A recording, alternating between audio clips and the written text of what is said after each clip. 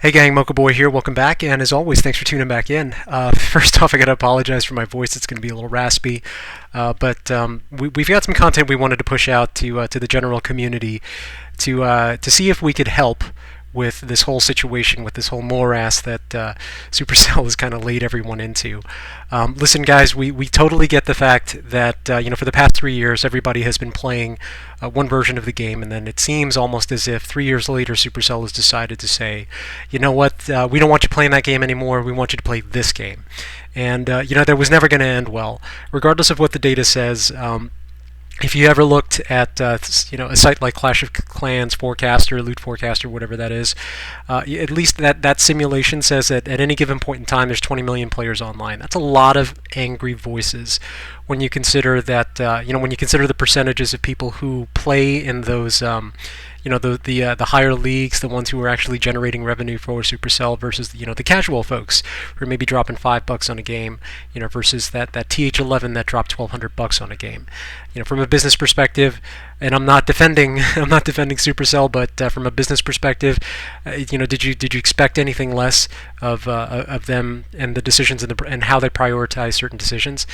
Now that doesn't mean that we don't have choices, and a lot of what I've been seeing with people putting together well thought out posts on Reddit, on Supercell, trying to get some intelligent discussion about what the game used to be like and what it is now. This is all very helpful information for Supercell, so that they can get a picture of what their actual community looks like. Now, for the rest of us, we've got a challenge here, and that is this loot drought that's affecting everybody from Titans and Legends all the way on down to folks in the regular leagues. And anecdotally, just going through the Supercell forums and going through Reddit, you see all these posts of people who just can't find loot. And again, I totally get it. We're hearing it in our clan as well. This whole situation, I would say, is probably here to stay. If I had to make any prognostications about where this is going to go, Supercell may, after 2 or 3 weeks or even a month, analyze the data and make some small tweaks to the loot distribution. But for the most part, we're in it. We're in the thick of it from here on in. And for the folks that decide to stay in the game and adapt. We want to share a couple of strategies that we're using right now to help us adapt to this new scenario, to this new reality. So what I want to do is, before we get into some of that information, I just wanted to point out a few things with me and my base, because I'm sure you're looking, oh my gosh, TH10, 40 heroes. Yeah, try to understand that this took me the better part of 2 years of actively farming, two years of active farming, day in and day out. Just the last 6 months alone, just working on my Barbarian King, and I was able to get my heroes maxed out just before the update. Well, just a little bit after the update hit, and I was feeling it right along with you guys. Trying to go in and farm in the new environment. So it's been rough. But again, that doesn't mean that you guys don't have options, and that's what I wanted to talk about today. Just as a matter of comparison, let's take a look at my attack log here. Oops, wrong one. Let's take a look at my attack log. Defense-wise, I've been doing pretty good. Nobody really bothers me. I'm running a Nemesis base, and apart from somebody trying to attack a corner of my base and going after my collectors, nobody really bothers me. Every now and again, I get a pretty big hit, but usually what will end up happening is I'll be online or I'll go offline, and nobody will attack me for 6 or 7 hours until my collectors fill up to the point where it's actually worth it to hit my base, and then that's when you'll see an actual attack. I do run a couple of different bases. I run this base, which is my stay the fuck away from my loot base, and then this base, which is my it's actually a bit of a trap base. The folks that are going to want to attack me are going to want to go after my Dark Elixir, and if they're going to go after my Dark Elixir, they're going to have to fight to get that. And if they get it, great, no big deal. But I'm getting a shield out of it if they do. So as far as base design is concerned, the general consensus with base design is force your attacker to choose a direction. If you can force them to choose a direction, you can properly plan how to reinforce the sides, to ensure that either A, you get a shield, or B, you stop the attack. One of the things you don't want to do is you don't want to build a base that's so good that it keeps your attacker down to 10 or 15%, and then you end up dying death by 1,000 cuts. So just some interesting things here. I've gotten some very interesting attacks here, but nobody's gotten my Dark Elixir on that base. And granted, yes, I'm running Infernos. For Town Hall 9s and Town Hall 8s, it's going to be a much different story. Now, as far as attacks that I've done, this is my attack log here. I've been going primarily after Dark Elixir, but I do set a floor on the two resources that matter the most at any point in time in the game, and that's Elixir and Dark Elixir. So I will look for Town Hall 10s with at least a 3,000 offer and at least a couple 100,000 elixir to offset the cost of the base of the army composition that I'm running. And we'll talk a little bit about the army composition that we're going to look at today. But this is down here is just about where I started. This is just a modified version of Jibarch. This is a core diving army.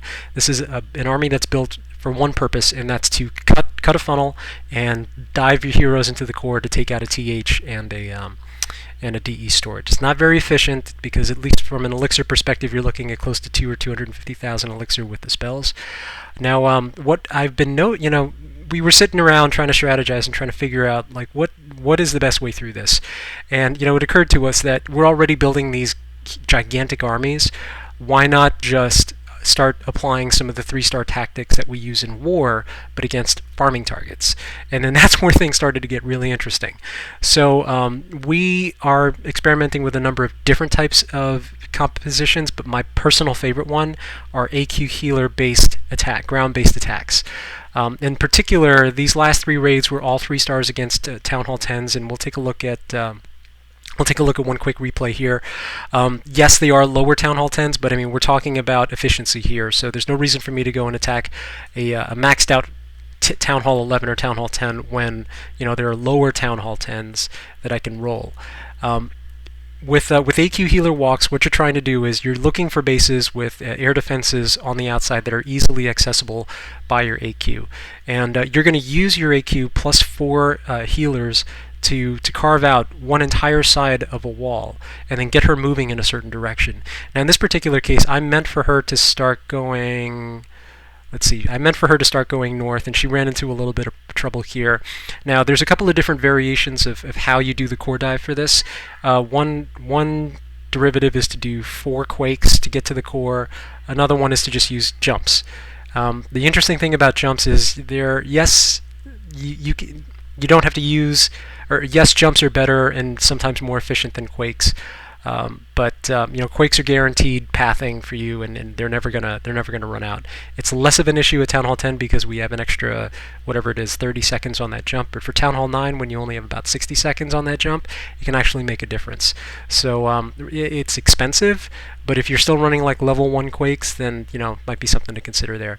So yeah, the idea again is to just cut one side with your AQ healer, have her walk up to a corner, earthquake that core to get that punch into the core, and then dump your giants, your wizards, as well as your valks, rage them into the core, gut that core, and then proceed on through the base. Now the interesting thing about the AQ healer strategy is that typically, if you can put those air defenses down and they don't overlap each other enough, those healers will be up to maintain and sustain the army as they continue to march throughout the base. And this is what I've used to 3-star pretty much all of my targets. From a cook time perspective, you're looking at about boosting at least three buildings. That's your spell factory, your DE barracks, and then you can boost your heroes if you want to, or if you're really good at keeping them up and undamaged. Then but that's what you'd be looking at from a gemming perspective. And this is a balanced DE elixir army, so you're looking at about maybe 2,500 to 3,000 dark elixir, but only about 80,000 elixir. So if you're trying to, in this case, what I was trying to do was save up elixir. This is a very elixir efficient way to farm. And then when you're ready to start going back after Dark Elixir, then you switch over to Jibarch, which is a purely elixir-heavy army. And I was so surprised at how effective this composition was that I was actually able to max out my elixir storages after only a few raids. Alright, so the next replay we're going to look at is this is an attack coming from Mick Onyu. He's sitting up in Champs 2 right now, and what makes me particularly happy with this attack is Mick Onyu was one of the earlier graduates from the Reddit Force Academy of AQ Walks, and he was one of those guys that came to the clan, didn't know how to do this stuff, learned it in a flash, and now he's suddenly a pro at it. So he's up in Champs 2. He hit a Masters 1 base. This was the base that he found. Again, this is all post-patch. Now, the interesting thing about this base, and again, you only have 30 seconds to figure this out, but the first thing that pops out is the fact that it's a resource ring base, so another hog ring base with the defenses on the perimeter, an inner ring of resource buildings.